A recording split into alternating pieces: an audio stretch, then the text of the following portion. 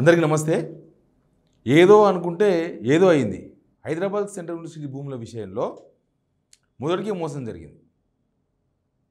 కొద్దిగా మెల్లగా నిమ్మలంగా అసలు చెట్లు కొట్టొచ్చా కొట్టకూడదా, అసలు ఆ భూమిలోకి ఏలు పెట్టాలన్నా పెట్టకూడదా, బుల్డోజర్స్ పంపాలన్నా వద్దా, ఈ నెక్స్ట్ ఒకవేళ పంపితే ఏం జరుగుతుంది, ఇట్లాంటి విషయాలన్నీ ఆలోచించి చేస్తేనేమో మంచిగా ఉంటుండే ప్రభుత్వం. వీళ్ళు ఏం చేశారంటే తెలుసు కదా మీకు, ఉగాది పండుగ రోజు రాత్రి వందల బుల్డోజర్స్ పంపించి మొత్తం చెట్లు మొత్తం నరికిపిచ్చేసి, అదేదో గతంలో వీరప్పన్ గంధం చెట్లు నరికిందంట, అట్లా ఈ మన ప్రభుత్వం ఏమో మొత్తం ఉన్న చెట్లు లేని చెట్లు ఉన్నాయి మొత్తం కొట్టేపిచ్చిర్రు. ప్రయత్నం కూడా కాదు, కొట్టేపిచ్చేసిండ్రు. ఇప్పుడు ఏమైందంటే సెంట్రల్ కమిటీ వచ్చింది కదా సుప్రీంకోర్టు నుంచి, వాళ్ళు ఇచ్చిన రిపోర్ట్లో కొన్ని కీలకమైన అంశాలను ప్రభుత్వాన్ని ఇరకాటంలో పెట్టినాయి. మొదటికే మోసం జరిగిందంటున్నా. అందుకే ఇప్పుడు ఇప్పటిదాకా సుప్రీంకోర్టు నిన్న విషయం చెప్పిన తర్వాత కూడా ఇంకా ఈ భూమి ప్రభుత్వాందే, ప్రతిపక్షాలు తప్పుదో పట్టిస్తున్నాయి. ప్రతిపక్షాలు సుప్రీంకోర్టు ప్రతిపక్షాలు చెప్తే వింటుందా, లేకపోతే సెంట్రల్ ఎంపవర్ కమిటీ కేటీఆర్ చెప్తే వింటుందా? ఈ విషయం మీద మాట్లాడదాం. ఈ వీడియో చూస్తున్న వాళ్ళు సబ్స్క్రైబ్ చేసుకోని వాళ్ళు ఉంటే సబ్స్క్రైబ్ కూడా చేసుకోండి, వీడియో చూడండి కంటిన్యూగా. ఏమని చెప్పింది? ఒకటి 10,000 కోట్లు 10,000 కోట్ల రూపాయలు తాకట్టు పెట్టి తీసుకొచ్చారు కదా ప్రైవేట్ ఫైనాన్సర్ దగ్గర, బీకన్ వాళ్ళ దగ్గర.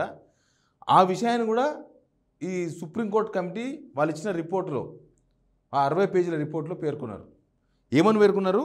10,000 కోట్లు ఆల్రెడీ తాకట్టు పెట్టి తీసుకొచ్చారు ఆ భూమిని. అంతకన్నా ముందు వాళ్ళు పెట్టింది ఏంటంటే, ఇది అటవీ లక్షణాలు ఉన్న భూమి, ఇది అటవీ లక్షణాలు ఉన్నాయనంటే ఆల్మోస్ట్ ఇక ఒక అడవిలో ఒక చెట్టును కొడితే ఎన్ని కేసులు అయితే తెలుసు కదా. మన సొంత పొలంలో మన ఇంటి ముందర ఒక చెట్టు కొట్టేస్తే ఎంఆర్ఓ కేసు పెడతాడు, వితౌట్ పర్మిషన్ చెట్టు కొడితే. ఓలా నువ్వు చెట్టు కొట్టాలి చూస్తే ఎంఆర్ఓ పర్మిషన్ తీసుకోవాలి, ఎంఆర్ఓ చెప్తే ఆర్డీఓ తీసుకోవాలి, ఇంకా అవసరమైతే కలెక్టర్ పర్మిషన్ తీసుకోవాలి. ఆ చెట్టు కొట్టేసినందుకు మున్సిపాలిటీకో గ్రామ పంచాయతీకో ఫైన్ కట్టాలి. లేకపోతే మరి ఏడ చెట్లు నాటుతావో దానికి బదులుగా అది చూపించాలి. ఇవన్నీ చాలా పనులు ఉంటాయి. ఇంతకుముందు నాకు లేవు ఈ చట్టాలన్నీ, పర్యావరణ చట్టాలు చాలా స్ట్రిక్ట్ అయిపోయినాయి. ఇప్పుడు వాళ్ళు ఇచ్చింది అటవీ లక్షణాలు ఉన్న భూమి అంటే, అది అటవీ లక్షణాలు ఉన్న భూమి అంటే ఆల్మోస్ట్ ఈక్వల్ టు అడవి. ఆ ప్రైవేట్ ఫైనాన్సర్లకు కూదబెట్టి తీసుకొచ్చిన 10,000 కోట్ల ఇష్యూ అయినా కూడా విచారణ జరపాలట. ఇంకా భూమి అమ్మకానికి పెట్టిరు, ఇంకా అమ్మలేదు నయ్యం, ఇంకా అమ్ముతే అది కూడా అయిపోతున్నాయి. ప్లస్ అసలు ఇష్యూ ఏంటంటే, ఇంకా వాళ్ళు ఇచ్చిన రిపోర్ట్లో అసలు టీఎస్ఐఎస్కి యజమాని హక్కు లేదంట. అంటే యజమాని కాదని చెప్తున్నారు వాళ్ళు.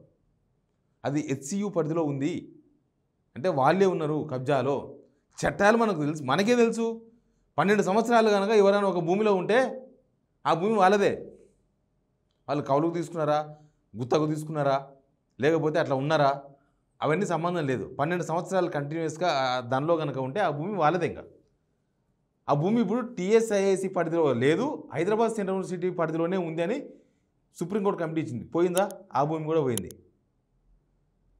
అసలు ఆ భూమి మీదే ఎందుకు పట్టుబట్టినో కూడా సుప్రీంకోర్టు కమిటీ చెప్పింది. ఆ భూమి మీద ఎందుకు పెట్టిందని అంటే, ఆ భూమి వాల్యుబుల్ భూమి, ఆ భూమి అమ్మి ఆర్థిక అవసరాలు తీర్చుకోవాలని ప్రభుత్వం ప్రయత్నం చేస్తుంది, అందుకే ఆ భూమి అమ్మకానికి పెట్టిందని కూడా సుప్రీంకోర్టు కమిటీ చెప్పింది. ఇక ఇంకేం కావాలి? ఇప్పటిదాకా ప్రభుత్వంలో ఉన్న వాళ్ళు ఎవరెవరైతే ఏమేమైతే చెప్పిర్రో అవన్నీ అబద్ధమని తేలిపోయింది. ఈ విషయం ఇప్పుడు బీఆర్ఎస్ వాళ్ళు ఊకుంటారా? మీరు పొద్దుగాలు వేస్తే బీఆర్ఎస్ వాళ్ళు చేసిండ్రు, ఇది బీఆర్ఎస్ వాళ్ళు తప్పుడు ప్రచారం చేసిండ్రు, బీఆర్ఎస్ వాళ్ళు ఆర్టిఫిషియల్ ఇంటెలిజెన్స్ ఫోటోలు తీసిరు అన్నారా? కేటీఆర్ ఆల్రెడీ అందుకున్నాడు. ఒకసారి వినండి ఆ వీడియో.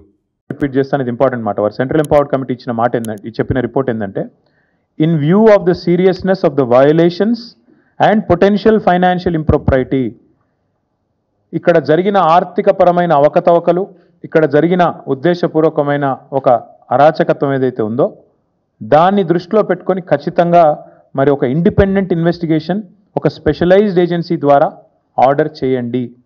ఇది నా మాట కాదు, సెంట్రల్ ఎంపవర్డ్ కమిటీ వారు ఇచ్చిన రిపోర్ట్. అంటే ఎగ్జాక్ట్గా ఇదే మాట నేను ఇక్కడ కూర్చొని వారం రోజుల కింద చెప్పాను. ఈ 10,000 కోట్ల కుంభకోణాన్ని బయటికి రావాలి అంటే, ఈ రాష్ట్ర ప్రభుత్వం చేసిన తప్పు బయటికి రావాలి అంటే RBI, serious fraud investigation office SFIO, CVC, CBI జోక్యం చేసుకోవాలి అని చెప్పి నేను ఇప్పటికే కోరినాను. ఇవాళ మా వాదనను సమర్థిస్తూ మా వాదన కరెక్టే అని చెప్తూ ధృవీకరిస్తూ మరి ఇవాళ సెంట్రల్ ఎంపవర్డ్ కమిటీ ఇచ్చిన రిపోర్ట్ కూడా సుప్రీంకోర్టు చేతిలో ఉంది. కేంద్ర ప్రభుత్వం కూడా ఇప్పటికే పరిగణలోకి తీసుకుంటుందని మేము అనుకుంటా ఉన్నాం. ఏమడుతున్నారు కేటీఆర్? బీజేపీ స్పందించాలి, మోడీ స్పందించాలి, సిబిసిఐడితోనో ఇంకా ఎవరితోనో సిబిఐతోనో దీని మీద విచారణ జరిపించాలని అడుగుతున్నారు. ఫస్ట్ నుంచి ఉన్నది ఇదే. వీళ్ళేమో ఏం చెప్తారు తెలుసా? సార్ వీళ్ళ వీడియో కూడా వినండి ఒకసారి ఏం మాట్లాడినారు. తెలంగాణ రాష్ట్రం ఎక్కడా అడవుల్ని నరికేసిన పరిస్థితి లేదు. ఏ జంతువుల్ని చంపదకూడదు. పెద్ద ఎత్తున అడవులు పెంచాలని, జంతువుల్ని బాగా పెంచాలని, ఎకలాజికల్ బ్యాలెన్స్ తో ముందుకు తీసుకొని పోవాలని బాగా నమ్మేటువంటి ప్రభుత్వం ఇది.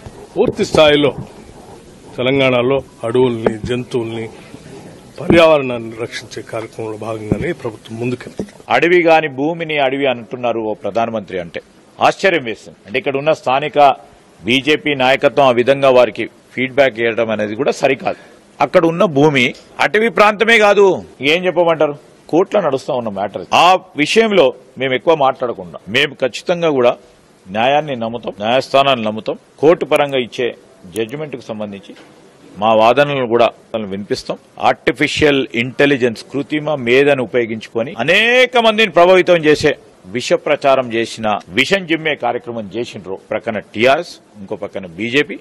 వాటి స్పష్టంగా కూడా రేపు రాబోయే కాలంలో తప్పకుండా జవాబు చెప్తాం. దీన్ని బట్టి ఏమర్థమైంది?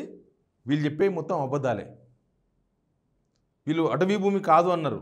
అటవీ లక్షణాల భూమి అని సెంట్రల్ ఎంపవర్ కమిటీ చెప్తుంది. అక్కడ ఏమీ లేవు అన్నారు. సుప్రీంకోర్టు జస్టిస్ ఏమన్నారు?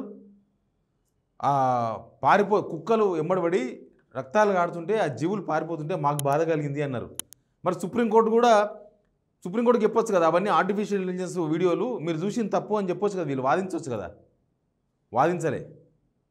సుప్రీంకోర్టులో కూడా వీళ్ళు మొత్తం తప్పుదో పట్టించే ప్రయత్నాలు చేసినారు. 10,000 కోట్ల రూపాయలు అప్పు తీసుకున్న సంగతి చెప్పలేదు, దాని అమ్మకానికి పెట్టిన సంగతి చెప్పలేదు, దాన్ని డెవలప్మెంట్ చేసి మేము 50,000 కోట్ల రూపాయలు పెట్టుబడితోన 5 లక్షల ఉద్యోగాలు వస్తాయని చెప్తున్నారు. వీళ్ళు భూమి అమ్మేస్తే ఎవరో వచ్చి ఆయన పెట్టడో కంపెనీ ఏమని తెలుసు, ఒక జాగా కొనుక్కొని పెట్టుకుంటాడు ఒక ఆయన, లేకపోతే ఆడ ఆ జాగా కొనుక్కొని ఆడ ఏదో ఒక గొర్రెల మంద పెడతాడు, లేకపోతే ఇంకేదో బర్రెల మంద పెడతాడు. ఐటీ కంపెనీయే పెడతాడని గ్యారెంటీ ఏముంది? కొనుక్కుని ఆయన ఇష్టం. మొత్తం తప్పులే. లాస్ట్గా చూసిరు కదా, మేము జింకలను చంపలేదు, జింకలను పెంచుతాం, మేము అడవులను తుంచలేదు, అడవులను పెంచుతామని బట్టి విక్రమార్క గారు మాట్లాడుతున్నారు. చూస్తే ఇక్కడ ఎవ్వరు మాట్లాడింది మనం అనవసరం. కోర్టు ఏం మాట్లాడింది? సుప్రీంకోర్టు వేసిన ఆ ఎంపవర్ కమిటీ, ఆ సుప్రీంకోర్టు కమిటీ ఏమి ఇచ్చింది రిపోర్ట్ అని చూస్తే సరిపోతుంది. ఇప్పుడు వాళ్ళే సెంట్రల్ ఎంపవర్ కమిటీ, సుప్రీంకోర్టు వేసిన కమిటీయే దీనిపైన విచారణ జరిపించాలని అడుగుతున్నారు వాళ్ళు. అప్పటిదాకా ఒక చెట్టు కొట్టేదని సుప్రీంకోర్టు చెప్పింది. మరి దాని మీద విచారణ జరపాలని సుప్రీంకోర్టు అన్న తర్వాత, సుప్రీంకోర్టే విషయం తేల్చాలన్నాక, సుప్రీంకోర్టు కమిటీ ఎంక్వైరీ చేసుకొని ఒక ఇండిపెండెంట్ కమిటీ వేయాలన్నాక ఈ కథ ఎడదాకపోతుంది. ఇది అనవసరంగా ఇరుక్కపోయారు. దానిలో ప్రతిపక్షాలు రెచ్చగొడతాయి, కేటీఆర్ రెచ్చగొడతాడు, లేకపోతే ఎవరు రెచ్చగొడతారు. వీళ్ళు పోయి ఆ బాయిలో దుంకుతే ఎట్లుంటుంది, ఆ గుంతలు పడితే ఎట్లుంటుంది, అట్లే ఉన్నది. అప్పుడే ఆ ఇష్యూ స్టార్ట్ అయినప్పుడే దాన్ని కూల్ చేసుకొని, సరే ఓకే మేము దీన్ని పరిశీలిస్తాం, ఏం చేద్దామో చూద్దాం, మాకున్న ఇన్ఫర్మేషన్ మేరకు మేము ప్రయత్నం చేసినాం, లేకపోతే ఇది మా భూమి కాకుండా ఇప్పటికి మా భూమి అంటారు. ఇప్పటికి ఇది మా భూమి, ప్రభుత్వ భూమి.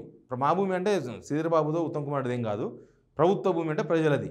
ఆ భూమిని అమ్మి క్యాష్ చేసుకోవడం వీళ్ళ ప్రయత్నం. దానికి సుప్రీంకోర్టు ఎట్లా అంటే ఇక దాన్ని అమ్మే అవకాశం లేకుండా పోతుంది. దాన్ని అమ్మే అవకాశం లేదు. దానిలో చెట్లు ఇప్పుడు అది అమ్మే అవకాశం లేదు. 10,000 కోట్ల రూపాయల మీద విచారణ జరిగే అవకాశం కనిపిస్తుంది. ఇక ఈ చెట్లు కొట్టేసిన దాని మీద ఏం తీర్పిస్తుందో సుప్రీంకోర్టు తెలియదు. దాన్ని పునరుద్ధరించడం అంటే ఎట్లా ఉండదో అట్లా పెట్టడం సాధ్యమవుతుందా? కాదు. సాధ్యం కాకపోతే మీ అధికారులను సీఎస్తో సహా అందరినీ జైలు వేస్తామని చెప్తున్నారు. అన్ని జైలు కడతారంట వాళ్ళు. ఇది ఎట్లయిపోయిందంటే ఇరుక్కపోయిన మొత్తం పీక్కోలేని సిచ్యువేషన్లు ఇరుక్కపోయిన వీళ్ళు. దీనికి ఇప్పటికీ డాంబికాలు మాట్లాడతారు. అది ప్రాబ్లం. ఇక్కడ సుప్రీంకోర్టు మాట్లాడిన తర్వాత కూడా శ్రీధరబాబు గారు నిన్న చిట్చాట్ చేస్తున్నారు. శ్రీధరబాబు గారు ఇది ప్రభుత్వ భూమి అంటాడు. ప్రభుత్వ భూమి అయితే సుప్రీంకోర్టు మరి ఎందుకు చివాట్లు పెట్టింది?